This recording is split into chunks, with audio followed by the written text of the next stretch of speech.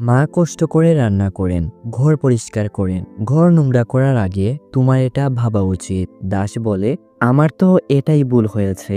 তোমাদের কিছু না বলেই হঠাৎ করে এখানে নিয়ে এসেছি। আচ্ছা তুই বল, তুই যদি আমার জায়গায় হতি কি করতি? 2-1 থাপ্পড় দিয়ে তোর বাচ্চাদের এভাবেই নিয়ে আসতি না? এখানে আসার পর থেকে তুই ভালো করে এখন পর্যন্ত আমার সাথে কথাই বলিসনি।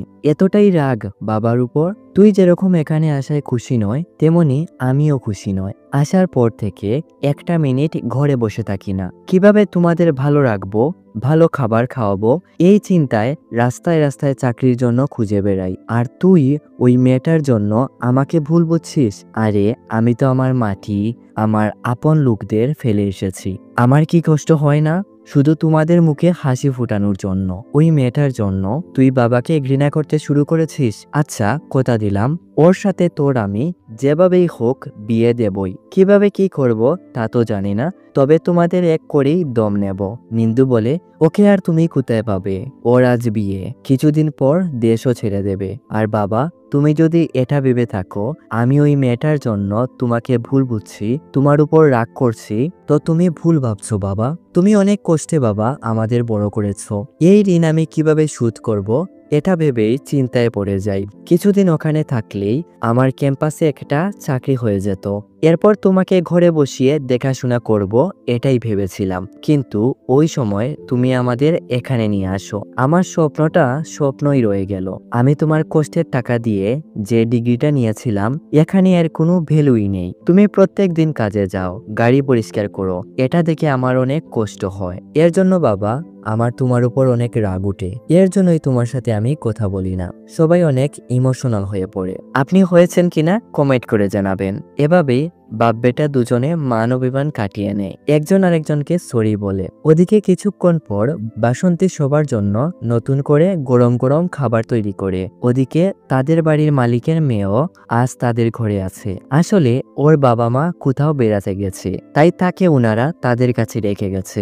ভালোই রান্না বান্না করা হয়, সবাই খেতে বসে। একটু পর নিন্দু তার বাবাকে তার গার্লফ্রেন্ডের বিয়ের ভিডিওটা দেখায়। দেখো বাবা, তাকে তারা জোর করে বিয়ে করিয়ে দিচ্ছে, কিন্তু আমরা যেটা বুঝতে পারি মেয়েটাকে মোটেও জোর জবরদস্তি করে বিয়ে দেওয়া হচ্ছে না। সে নিজের ইচ্ছেতেই বিয়েটা করছে। তার নাচের স্টাইল দেখে দাসের হাসি আস্তে আস্তে আটকায়। নে বাবা, দেখেছি তোর সাথে অনেক খারাপ হয়েছে।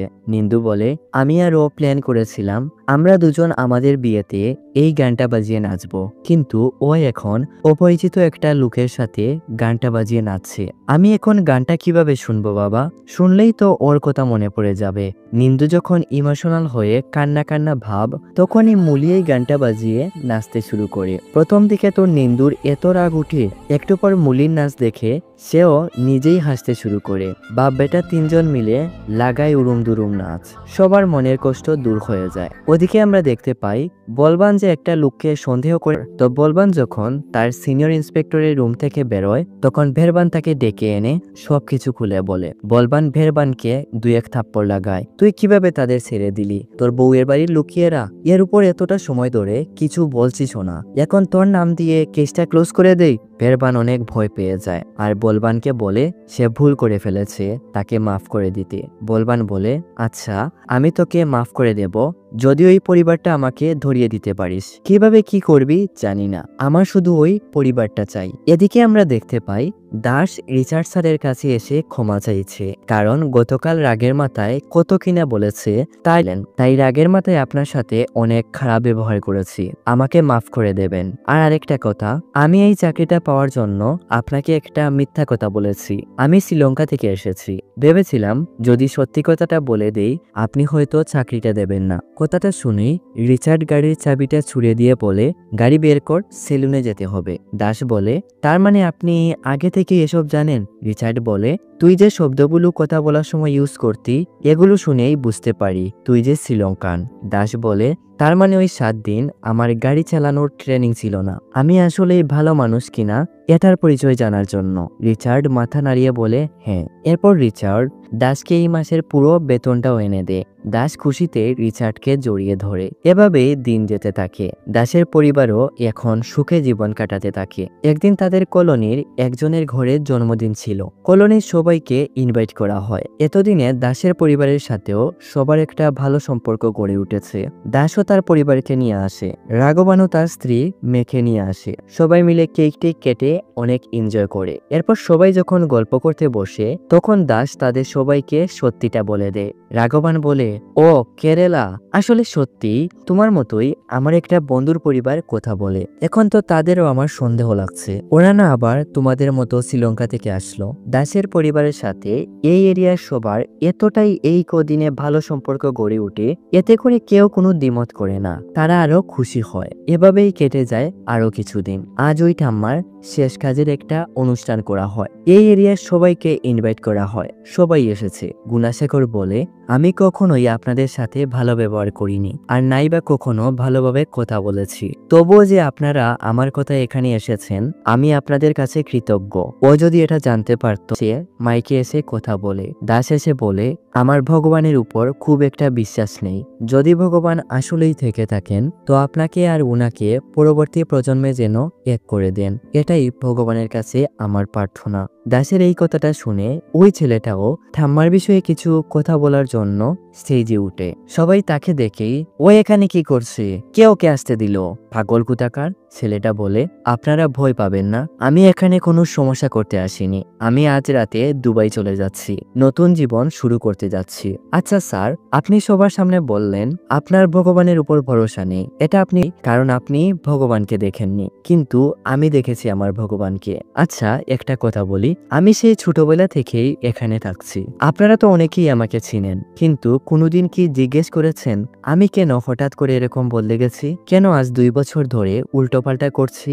আমি তো এরকম করতাম না। না, কিন্তু কাল আসা এই লোকটা জিজ্ঞেস করেছে। আমার মা 6 মাস হয়েছে মারা গেছেন, অনেকদিন ধরেই অসুস্থ ছিলেন। আপনারা কি এটা জানেন?